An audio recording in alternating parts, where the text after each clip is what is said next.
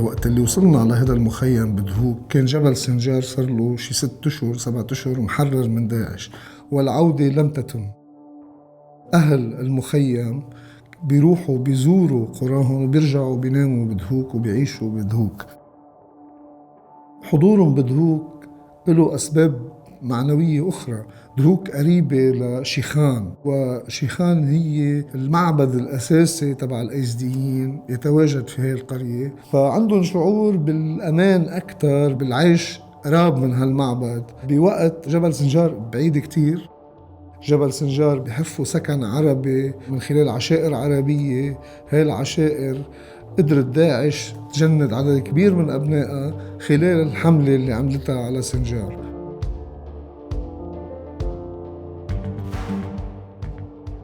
تركوا وحدة من آلاف الأزديات اللي انسبوا، تركوا صوتهم لأنه هن صوتهم ما عم يطلع.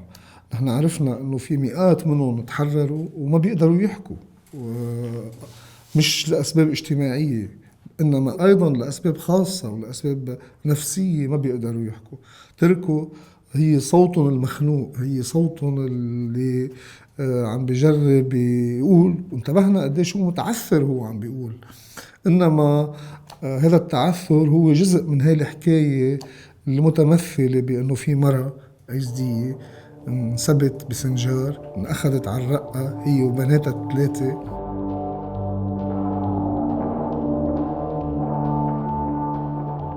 ممكن الحياة ترجع طبيعية؟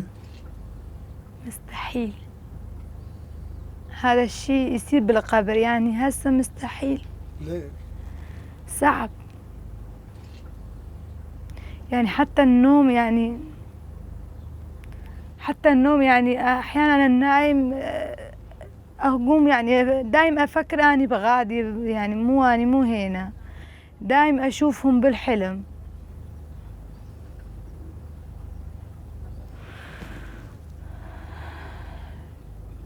اللي صار مع الأيزديين بسنجار تجربة لا يمكن الرجوع عنها، لا يمكن ترميمها.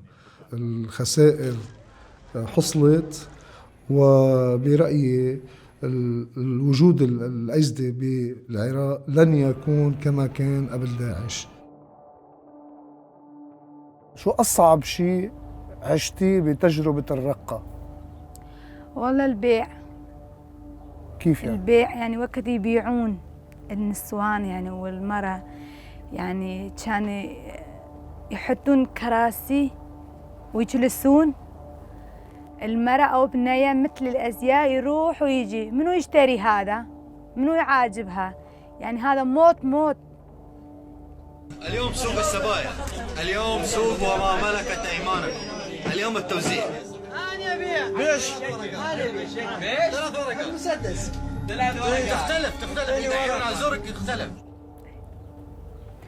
أنا يعني بصراحة على مود بناتي أنا كان حيل مجبورة أوافق على كل شيء وأحمل كل شيء، يعني أخسر بناتي. أنا شفت شلون يأخذون البنات بعمر بناتي، أنا قل ما أحمل أفارق يعني من بناتي، ما أتحمل. كم وقت أمضيتي في تحت سيطرة داعش؟ 2؟ أكثر من 2 سنتين و6 شهور. بهالوقت وبناتك بالمدارس؟ إيه، كل يوم الصبح يروحون إلى الظهر، وأنا كان أروح الجامع للصبح إلى الظهر. كل يوم من الصبح؟ كل يوم للظهر بالجامع؟ إيه. شو تعملي بالجامع؟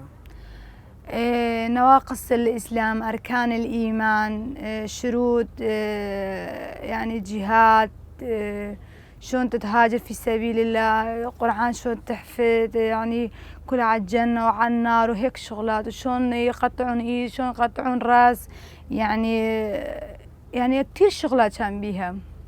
لازم ننتبه لفكرة صغيرة قالتها تركو، إنه أنا عملوني مسلمة. عم تجرب تقول إنه هي مش مسلمة. أنا برأيي أنا شفت إنه في شخص احتل من قبل دين آخر، وهذا الاحتلال بعده موجود وهي بعدها ما تخففت منه. أنا بناتي بالزور أنا جبت هنا، غسل دماغ كامل.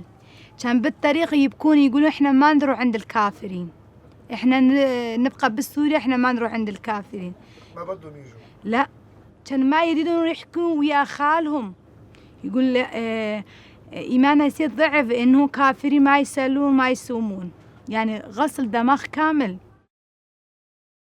هؤلاء الأطفال لقنوا أنه أهلهم كفار، وتم سلخ أهلهم من داخلهم، وهذا طبعا يفقد الطفل توازنه، لأنه وقت اللي في أهل كفار بوجدان الطفل، في أهل بهالمعنى ما في ثقة فيهم، في أهل ما في شعور بالأمان معهم. هذا شيء يجعل من هذا الطفل يعيش حالة من انعدام التوازن، مولدة لكمية اضطرابات هائلة. وأولاد تركو طبعا هن جزء من هالظاهرة هاي.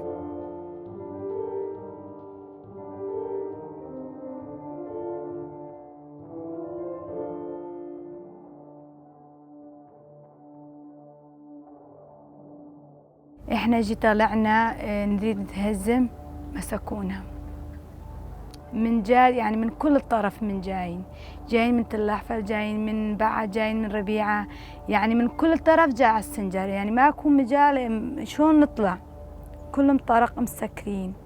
حتى الناس العروبية قاعدين بالقرية وخارج القرية، يعني كلهم قاموا وياهم، المدنيين كلهم شال سلاح وصاروا وياهم، كان ما عندنا مجال حتى نطلع. بس صارت حرة بسبب إيمانهم بأنها صارت مرة مسلمة، صار أسهل عليها تكون تبني علاقة مع مهربين. وكان عبد الله اللي هو شخص أيزدي بدأ يعني تواصله مع هول المهربين. هود الناس ساعدوها لتركو لتحمل أولادها وتغادر الرقة وتوصل على دهوك. قد ايه عدد الايزديات اللي اخذتهم داعش؟ هم اللي اخذوا الاحصائيه اللي ان احنا عم نعرفها 5600. اللي تحرروا اكثر من 3000 تحرروا، والباقين 2600 بس. انا اتوقع انه نص عدد الباقي بيكونوا مقتولين، لانه كثير ناس، كثير بنات انتحروا من تعذيب، وكثير أطفال استغلوهم بعمليات تفخيخ، عمليات انتحارية. أكيد بينقتلوا كما ينقتل داعش بعمليات القصف. الحقيقة اللي صار بجبل سنجار هو نتيجة 3 تواطؤات تعرضوا لها هالأقلية هاي. الجار السني اللي هجم عليهم، الجار الكردي اللي ما حماهم وانسحب ليحمي مناطقه، والحكومة الشيعية بالعراق اللي قررت أنه هو أقلية لا يستحقوا إرسال فرقة من الجيش والتضحية فيها لتحريرهم من داعش. بهالمعنى ما حدا بريء مما جرى للأيزديين بالعراق. العراق إذا لم يعترف بهذا اللي ارتكبوا، مثل ما اعترفوا الألمان بأنهم مش بريئين من هتلر، أنه هتلر امتداد لشيء بداخلهم. العرب اللي بسنجار أيوة صاروا مع داعش؟ ايه صاروا داعش، شفنا بعيننا، ويعني حتى شفنا كتير كلهم شايفيننا بالعيد وبالاحتفالات، هيك شغلات هيك كلياتنا احنا شايفين. حتى احنا نقول عجيب، بدل ساعدنا قال لا احنا ما نساعدكم، انتوا يزيدي كفار. برأيي أنا اللي صار لا يمكن تصحيحه. الأقليات بسهل نينوى، الأيزديين بشكل خاص، لن تكون إقامتهم طبيعية وطويلة في هذه المنطقة. هناك أكثر من 1,000,000 أيزدي في العراق. برأيي هذا الرقم رح ينزل لأقل من 10% بعد القضاء على داعش.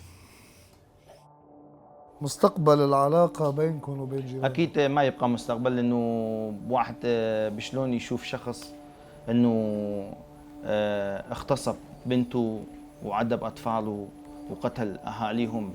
يعني أكبر جريمة بالإنسانية صارت بهذا القرن 21 بهاي التطور، نساء تغتصب وتنباع بالأسواق كسلعة، بالمئات الأشخاص يندبح بساعة واحدة. ما في أكبر من هذا، وما كارثة إنسانية. أكيد إذا أنا بنسى، أكيد أحفادي بعدي ما بينسوا. إذا بيقروا بالصحف وبالجرايد وبيشوفوا بالإذاعات أكيد يتذكروا ويصير عندهم رد فعل. أكيد ما بينسوا هاي اللي صار بينا. قديش رح تضلك حاملة هالتجربة؟ يعني أنت هلأ سموكي سبية، قديه بتعتقدي هالشي قاسي عليكي؟ كان حيل صعب. والآن جي يعني لسه علينا الصعب. هسه يعني اسمنا هنا يخسير. شو يعني؟ يعني يخسير،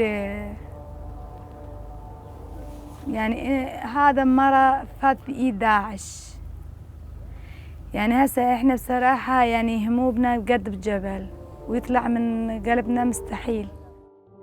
ظاهرة السبي بعلاقتها بفكرة الجيل الخامس ظاهرة ثابتة وعلاقة ثابتة، لأنه هلأ بلش يبين بمخيمات النازحين بمحيط الموصل وجود أولاد أهلهم أيزديين إنما هن خارج عائلاتهم. هود الناس هن أشبال الخلافة اللي ربيوا بمعسكرات أشبال الخلافة، والعائلات الأيزدية اللي ضيعت أولادها بدأت تجي تبحث عنهم هلأ بهالمخيمات. عثر بعضهم على أولاده، وآخرين لم يعثروا على أولادهم بعد. يقال أنه في مئات الأولاد اللي هي حالتهم، وهو موجودين بمناطق المخيمات المنتشرة بالمنطقة كلها. طب شو لازم يصير لتشفي من مستحيل ننسى، ومستحيل يعني يطلع، يعني مستحيل هذا شيء، مستحيل إلا طول إحنا عايشين. في استحالة لبقاء لتركو بسنجار، في استحالة لبقاء بالعراق. تركوا كما آلاف الأيزديين عم تعد وراءها لتهاجر على كندا. وهذا المصير كتير طبيعي لمن أصيب بما أصيبت فيه. تم هز الثقة بينه وبين بيتها، وبينه وبين تاريخها الخاص، وبينها وبين جيرانها، وبينها وبين هالخبرة الاجتماعية المتعثرة واللي هي كانت فيها عرضة، هي وأمها وستها كانت عرضة لمصير بيشبه السبي وبيوازي السبي. ولطالما ذكرونا الأيزديين اللي التقينا فيهم بهذا المخيم أنه داعش ليست التجربة الوحيدة لهم مع هالبيئة الاجتماعية هاي.